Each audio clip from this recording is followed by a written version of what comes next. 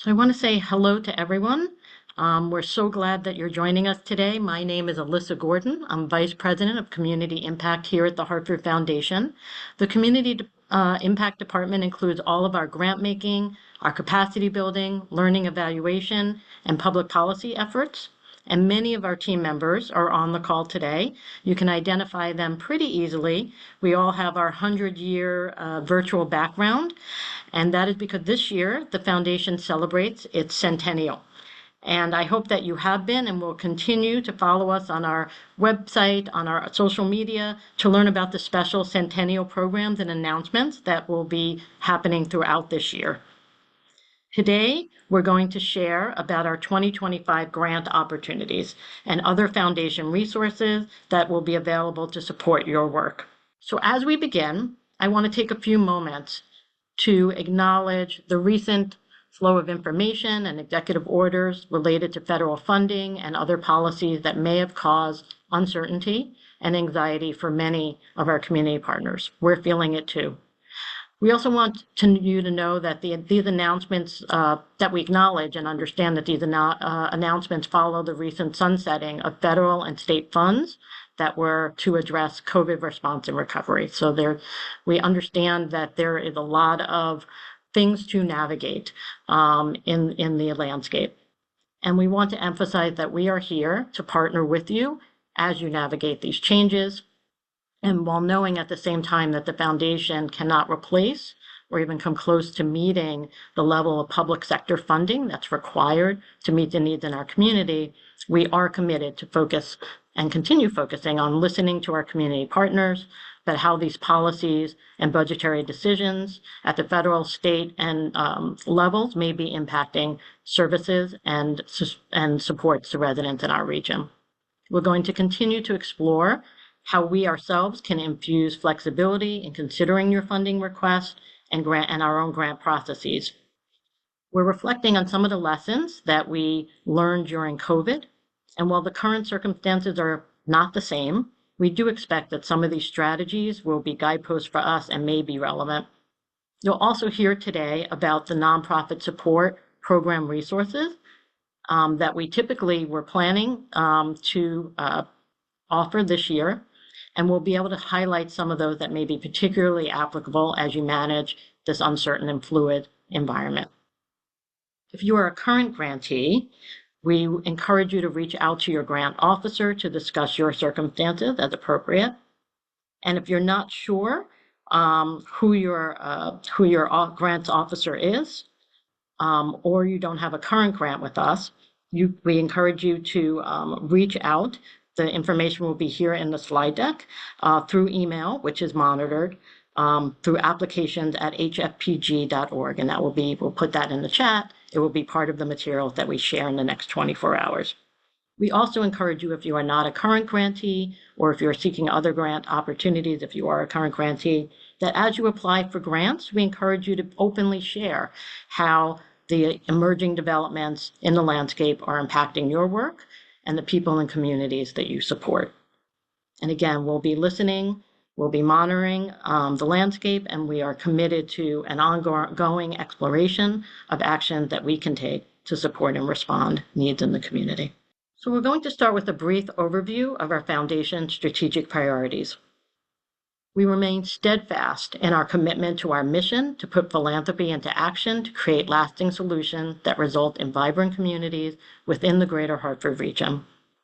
We also remain steadfast in our strategic goals to contribute to dismantling structural racism and advancing equitable economic and social mobility, particularly for those communities and residents who have been historically disinvested and underinvested. We seek to work with all of you to continue to understand ways that together we can achieve greater equity and inclusion throughout our entire region, the 29 towns that we serve at the Hartford Foundation. There's more up-to-date information about our strategic goals on our website. So where do you find grant opportunities that you might be able to apply to? Much remained the same for 2025. We remain committed to keeping up-to-date information about current grant opportunities on our grant opportunity webpage. And we've shown you here as a sample of what that might look like. You can view our 2025 RFP calendar on the website. We have a current grant opportunity page that will provide information about grant opportunities further in advance. So beyond just what might be coming up in the next month. So that way you can be planful and see what opportunities might best align with your work. And we welcome your ongoing feedback on this page and the ways that we're sharing about grant opportunities. Again, if you're not sure where to get started and you're a current grantee, you can reach out to your community impact officer to discuss your needs and your circumstances. And if you're unsure again of who your officer might be, or if you're not a current grantee, you can contact us through email, which is monitored, and that is at applications@hfpg.org. So we did want to highlight a few grant opportunities in 2025 that's coming up rather quickly in the first quarter, and then some that will be in the first half of 2025. So the first grant that we wanted to highlight opens on Valentine's Day. That's the Love Your Block Neighborhood Beautification Grant. It opens on February 14th, closes in mid-March. And these are grants that support the collaborative program between the City of Hartford, the Foundation, that bring together city leaders, organizations, nonprofits, and residents to revitalize neighborhoods one block at a time. And this has been an opportunity that we've held over the last few years, and it will continue again in 2025. A new RFP opportunity that's being offered this year that opens actually today. It says February 5th here, but it actually opens today. Is the John E. Blair Fund, and that is a specific field of interest fund that's focusing on serving individuals who are deafblind, hard of hearing. That closes March 19th, and more information on all of these grant opportunities, again, is on the Grant Opportunities webpage on our foundation webpage. I wanted to highlight some upcoming RFPs as well that will be released in the first half of the 2025 year, as well as some kind of opening up in the early fall. The first I'll highlight is in early March. We will open the first round of Basic Human Needs Emergency Assistance Grants. Again, we offered this last year. The first round will open in early March. A second round will open in mid-July. And these grants support nonprofits as they increase access to emergency services and immediate assistance for the most basic of human needs for vulnerable residents throughout the Greater Hartford region. The second round that opens in mid-July closes in September. I would highlight the 2025 Community Organizing and Resident Engagement grants that opens in early April. We'll be accepting applications on a rolling basis through September. And these grants support community groups that are conducting community organizing efforts led by people of color and or representing historically marginalized communities, and will also support nonprofits engaging residents around civic engagement and other community-wide change efforts. Again, details for all of these RFPs will be on our website. In the second half of the year, we'll be releasing some RFPs for special town grants, particularly Glastonbury and Granby, as well as our 2025 summer programs. I wanted to highlight our open door grants. This is relatively new for us. Folks may have remembered that we offered Access Grant, an Access Grant RFP from a couple of years ago, and this is the next evolution of that grant opportunity. This is a funding pool of grant-making dollars for organizations with time-bound funding needs that where they don't already receive multi-year grants from the foundation. So these are opportunities for nonprofits who do not currently have multi-year grants from the foundation, but who have funding needs that are still connected to the foundation's strategic priority. We are seeking to open the door wider to the nonprofits that we may know, the strategies that folks may be employing, and needs in the community that we may not be funding through other parts of our grant making related to our strategic priorities. Our Greater Together Community Funds program is something that we really wanted to highlight as part of this webinar, telling you a little bit about the Community Funds program, which grew from a 29-town listening tour that was launched when Jay Williams, our CEO and president, joined us in 2017. Since 2019, we've established committees of volunteer residents in each one of our 29 towns to deploy foundation dollars and resources to meet the specific needs of each one of our communities.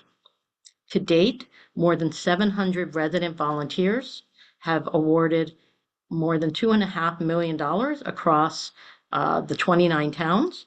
This is about 650 grants have been awarded since inception of this program in 2019. Most notably, about 56% of the Greater Together Community Fund grantees have been new to the foundation, meaning they had never before received grants from the foundation. We were not introduced to those organizations or the strategies and work that they were doing. So we are really excited about this program. This is also part of, you may have heard in January, it's one of the first of several significant announcements that's associated with our Centennial Initiative. In January, we announced a second $2.9 million investment in our Greater Together Community Funds program, which provides $100,000 for each one of our 29 towns, and again, for those resident volunteer committees to make recommendations to the foundation about how these dollars should be deployed to meet needs in their communities. I'm now going to pass the program to Mayor Schulman. Mayor is the Associate Director of the Nonprofit Support Program and a member of our capacity building team. Thanks, Alyssa, and good afternoon, everybody.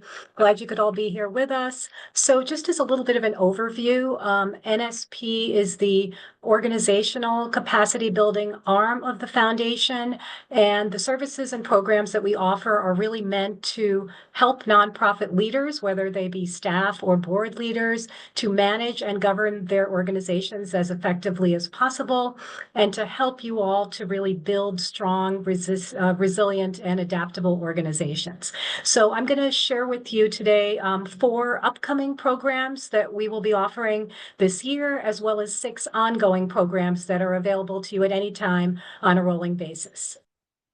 So the first program I want to mention that's coming up this fall is the SEAT program. And this is a program that helps to identify, train, and place community residents of color to serve on nonprofit boards. If you know of someone or if you are someone who fits this description and you're interested in learning more about serving on a nonprofit board, please contact me. And similarly, if yours is a nonprofit that you think could benefit from receiving someone to serve on your board, please let us know. Again, the program is a few months down the road, but we would love to begin collecting some names of interested folks. The next program I'd like to mention is Listen for Good. This too will be offering in the fall. And this is a program through which a small team from your organization will learn over the course of a year how to set up a system for soliciting client feedback, which will then help you improve your programs and your organization's functioning. It's an online program. It is by application, and you'll be hearing more about this as we get a little bit closer to the fall. But again, my contact information is there in case you would like to let us know early on that you might be interested. Also, we are underway with our NSP Spring workshops. We had our first workshop session last week on the topic of nonprofits and insurance. If you missed that and you think, oh, I would have liked to have been there, the recording and the materials from that session are available on our website.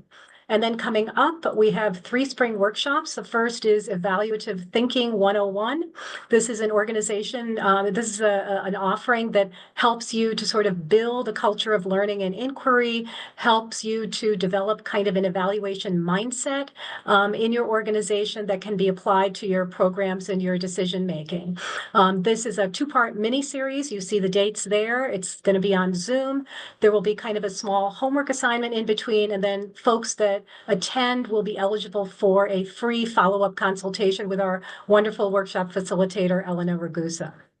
The second session we have coming up is on strategic alliances. Again, given the current environment, this may be something that becomes more relevant to your organization that you may wish to consider. It will be an in-person session at the foundation on April 1st to help you really think about, are there potential ways in which we might partner, collaborate, or somehow figure out an alliance with another organization or organizations. And then finally, we'll have our beginner's guide to nonprofit endowments, which will be kind of a 101 session on endowment readiness. How do you know if you're ready for an endowment? And if you're not ready, how do you put together the building blocks to get you ready? So again, all of those are on our website and you're welcome to register. And I will turn it over to my colleague, Lucas Codognola, who will talk to you a little bit about some other workshops. Good afternoon, folks. My name is Lucas Codognola. I'm a senior officer here at the foundation as part of the NSP team. And I'm here to talk to you about a couple of things that we have ongoing. And one of them is our great partnership with the Hartford Public Library, where we co-host a series of workshops that's targeted towards uh, organizations all sizes, but specific to emerging and smaller organizations that want to be exposed to nonprofit management topics and training. And so you'll be able to click here. We have a couple of trainings and workshops that are coming down the line in the next few months. And so with the link in here in the slide deck, it'll take you to the page at the Hartford Library for you to sign up and register to these trainings. And we always encourage folks to register even if you can't make it so that you receive the recording and you receive all of the resources from the training. And now we're going to talk to you a little bit about some of the ongoing programs that we have as part of the nonprofit support program, starting off with organizational assessments. As it was alluded to many times in the presentations already, we are living sort of in times where we have to think strategically in our organization. And so our organizational assessment program, we match the organization with an organizational development consultant that can support your staff and board and key stakeholders in engaging in alignment around strategic questions you may have as an organization. So we've seen that this process is really helpful for organizations in all different sort of stages in their development and different life stages in their life cycle. And so we encourage you to look at this opportunity and see if it fits to what your current needs are as your organization. And I'll pass it back to Mayor to talk about tags. Thanks, Lucas. And oftentimes, after an organization undergoes an organizational assessment, they're ready for a more in-depth planning effort. And this is where the technical assistance grants can come in. And again, this is an offering that may become more useful to you given the sort of uncertainty in the environment. Basically, these grant dollars are used to hire a consultant of your choice to come in and facilitate your organization through some sort of a planning process. So some examples are listed here. For example, strategic planning, which could also include scenario planning. If you're trying to figure out in this uncertain world what various possibilities are for the future, you could have a consultant help you to think through those various scenarios and then what your response would be given those various scenarios. These grants can also be used to help you plan for your fundraising, marketing planning, which again could be particularly helpful as you try to communicate with your stakeholders and keep them abreast of changes that might be coming down the pike. I think now more than ever, strong boards are important. So these grants can be used to help strengthen your board and its functioning. They can be used to help you explore collaborations and mergers with other organizations, improve your human resources systems, and also for executive coaching for the executive director. So again, if any of this is of interest to you, feel free to reach out to me. The next type of grant that we offer on a rolling basis are our executive transition grants. And as you'll probably agree, selecting the right leader for the organization is probably one of the most important decisions a board ever makes. And at the same time, many boards don't have experience doing this, and they certainly don't have lots of time to devote to this. So these grants allow you to hire a consultant who can come in and really work hand in glove with the organization and the board to help you through the entire transition and search process for a new executive director. Our strategic technology program is available to nonprofits with budgets up to $8 million. And it consists of a couple of components. You would go through a strategic technology training with a small team from your organization. You would then receive some consultant support in putting together a strategic technology plan that aligns with your organization's strategic direction. And then at the end of that plan, you can apply for a grant to help you fund what's in your plan. And Amy Studwell, my colleague, is the contact for that program. Next, our financial management grants and other supports. Again, this may be timely given what we see coming down the pike in the coming months, but a consultant with expertise is available to come into your organization and really take a look at all aspects of your financial systems and processes, talk to folks that touch the financial function, and then help make some suggestions to improve your organization's financial functioning. And then once those recommendations are made, similar to the technology program, your organization may apply for a grant to help fund what was discovered through the assessment. Also in the financial management area is our nonprofit revolving loan fund.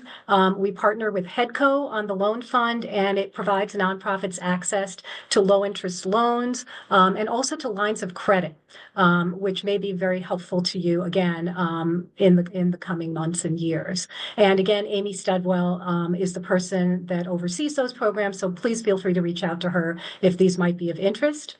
And finally, Catch a Fire. So for those of you who are not aware, Catch a Fire is an online platform that matches folks who are skilled professionals and want to donate their time to work with nonprofits.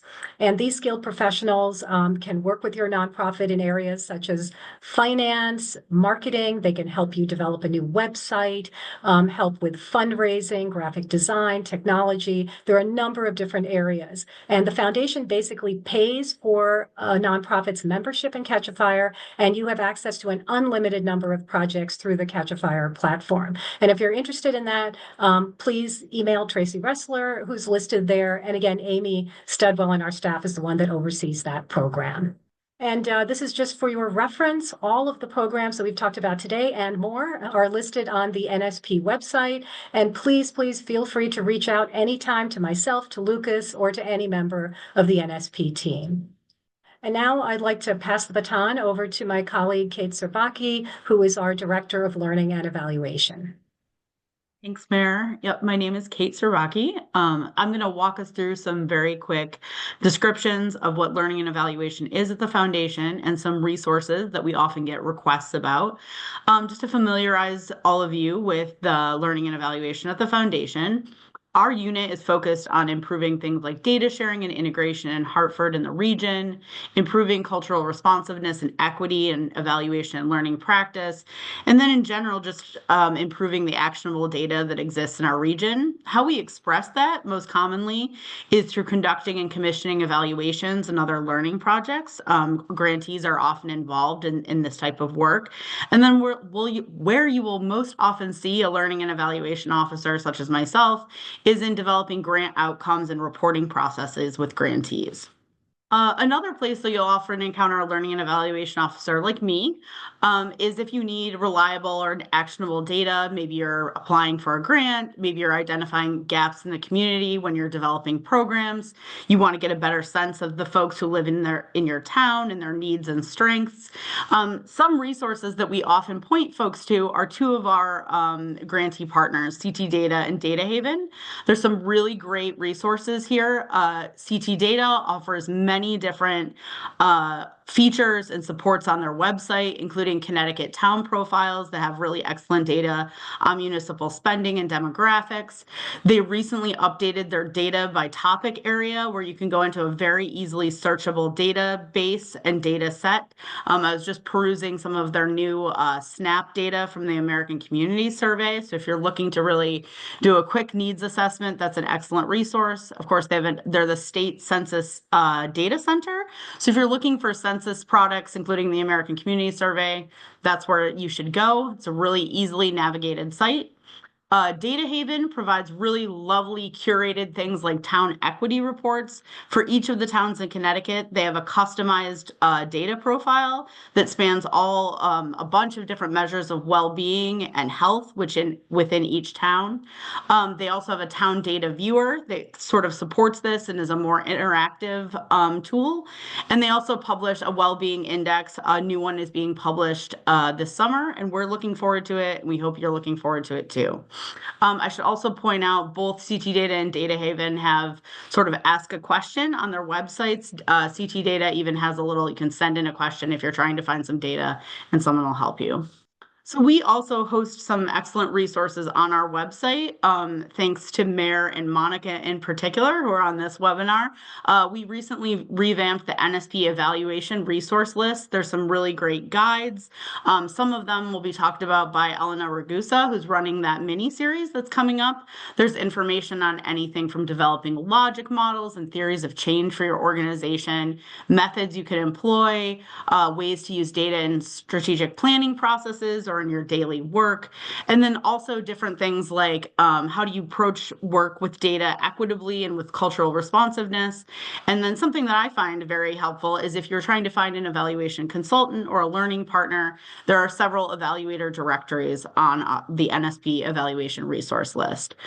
Something else that might be helpful to you if you're working on a grant for the foundation, or really any grant that requires you to set goals or outcomes or targets, is the Hartford Foundation's Guide to Developing Outcomes and Measurements. We have a quick, about 9-page guide on our website that's clickable through that link. It's designed to support you or really any nonprofit in developing outcomes and measures for any body of work, whether that's organization-wide or project-specific. It can be helpful in just defining your goals and doing any type of measurement planning for project or mission-related work. So if you have any questions about data, where to find data, developing grant outcomes, thinking about reporting, or just evaluation for your organization, you can always feel free to contact your community impact officer or one of us, one of the L&E officers here at the foundation. Kelly, Lee, Juhi, and me, Kate Serbaki, would be very happy to assist you. Thank you, and I will hand it back to Alyssa. Okay, so in the past, we had grants for faith-based organizations. There's a need to support them again, especially for the undocumented. Is there any grant that can help? So a few years back, we had a specific RFP opportunity for faith-based organizations. The learning from that grant opportunity really has led us to embed that learning to ensure that faith-based organizations can apply to any one of our open grants opportunities, and that we really encourage you all to do so. And so there is no special or particular focused RFP for faith-based organizations, but we welcome faith-based organizations to apply to any one of the 2025 grant opportunities, both the RFPs as well as those open enrolling opportunities that we talked about today. The final question I see here is, are there grants available to cover gaps caused by government actions related to presidential bills?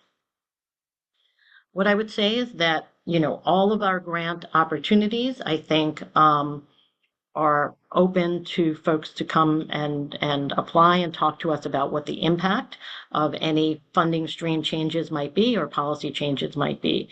Our funding, as I mentioned earlier, can never replace or fill that gap of the public sector funding needs.